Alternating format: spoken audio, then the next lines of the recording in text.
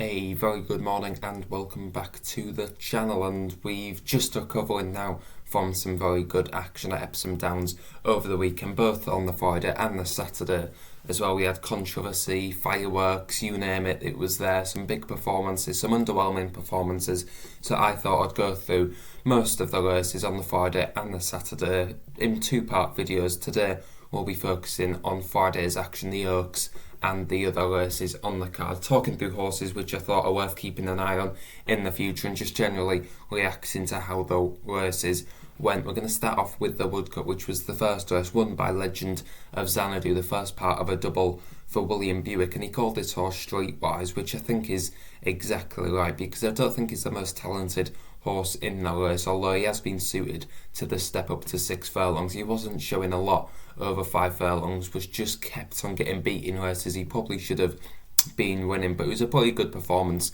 in all fairness. William Buick gave him a nice ride from off the pace, came with a strong run down the middle of the track. That seemed to be a trend in places, horses finishing fast down the middle of the track. But the one to note from this race is definitely self-praise for Danny Tudhope and Hugo Palmer. Danny Tudhope will be kicking himself after this one. This horse was dropped right out the back, was about 15 lengths off the lead, and actually flew home late on. It wasn't enough to get there. He made up about 4 or 5 lengths in the final furlong alone. He's definitely the one to take out of the race, and you just think maybe he didn't totally handle the track early on, but apart from that, this horse flew home late, and at another track over the same conditions and weights, I'd be betting on this horse to be beating Legend of Xanadu. Of the rest, I don't think there was too much to note. I think Commander Stroker showed decent speed from it, although it was a wide draw. He showed decent speed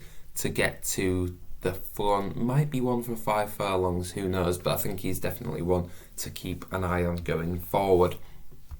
Next up in the 235, it was another win for William Buick. This was a very nice ride again for George Bowie, who he's teamed up a lot with recently to some success as well. This one pretty nicely off a mark of 91. I think it'll be near enough in the hundreds after this. It was a very good performance. Ravitch in second for Midland Park. Well, that ran okay in the end. I just think this horse keeps on finishing fast over the mile. Might be one worth a mile and 2 furlongs in time. He's a very big horse, maybe suited to a galloping track,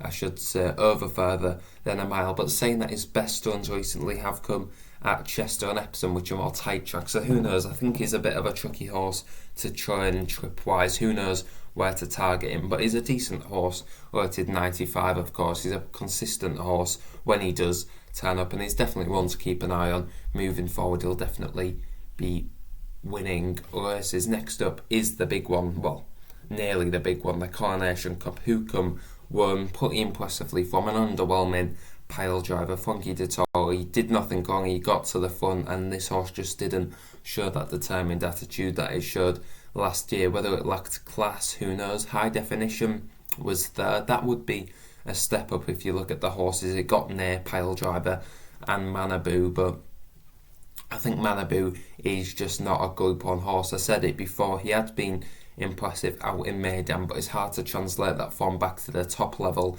in England. I said he'd have a lot to find, and that proved right. He was well beaten about 8-9 lengths in the end. But Hukum, I think I said before the race, on his day, if all of these show up to 100%, he'd probably win. I think he's the most exciting horse out of these lot. It was a big win for Owen Burrows as well, because you think that some of the trainers that Shadwell have got rid of is important for Owen Burrows, who maybe some people thought they wouldn't keep on as a Shadwell trainer to have some big winners. He's got Hukum winning this. Let's see what he can do with some of his other Shadwell horses at Royal Ascot. Maybe Minzal, because he was pretty poor last time. It might be worth keeping an eye on him too. Now, on to the big one, the Epsom Downs Kazoo Oaks Fillies Group 1 in the British Champions Series, over the mile and a half, £550,000 up for grabs for the 3-year-olds only, and it was Tuesday that was the winner. And I'm going to go out on a limb, probably disagree with a lot of people and say this horse was the deserving winner. Emily Upjohn finished second, beaten on the nod. Short head behind. It was slow away, it kind of stumbled and was awkward leaving the stalls, forfeited a lot of ground, and afterwards everyone saying that this horse was so unlucky not to win. I do not buy that. I can see why. Maybe if wasn't slowly away, Funky Tatoli would be able to get a better position, but still, they dawdled in the first few furlongs. This horse easily caught up, and Funky Tatoli gave it a wide but perfect ride into the straight. It got the far rail and it had the perfect run, and then there's a still shot that I've seen 2 furlongs out. Emily Upjohn was past Tuesday. Funky Tatoli came wide, Ryan Moore was down the centre of the track, and Emily Upjohn was in front. Tuesday was ever so game, was suited to the step up to the 1.5 miles. I didn't really think it had brought out much improvement, but then again, I was probably a bit stupid to go against a Galileo stepping up in trip trained by Aidan O'Brien. But I still think if Emily Upjohn got away on terms, I still think Tuesday would have won in a rematch. I think Tuesday might just have that little bit more than Emily Upjohn. Emily Upjohn might have the class, but Tuesday has been massively on the up since going up to 1.5 miles, and I think there was no real excuses for Emily Upjohn, who, yes, missed the start, but I don't think that cost her the race. She had the perfect trip and she just didn't go past Tuesday. Tuesday fought back gamely, and she was just in the right place on the line. As I said, it was heads up, heads down. Any horse could have won it, but I don't buy this that Emily Upjohn was the most unlucky horse ever to run in the Oaks. I don't buy that at all. As for the third, Nashwa, I think this horse was one that seemed to be in the perfect position, turning into the straight, and then suddenly wasn't in the perfect position, was shuffled back, maybe had to change for a run. Holly Doyle said she had the dream run in an interview. I wouldn't totally buy that. I don't think it was that straightforward, and I think she retains a lot of potential going forward. Nashwa, I thought she was a special filly before. I still think she is, and I still think she could turn out to be the best in time with Tuesday and Nashwa. Emily Upjohn, I'm not totally buying her cause at the minute. Maybe down in trip, but over the 1.5 miles I would bet on Nashwa or Tuesday to beat Emily Upjohn next time. That's just how I'm seeing the race, but I'm sure some people will disagree, and if you do, let me know in the comments down below why, who wins next time, where will I meet again if they do.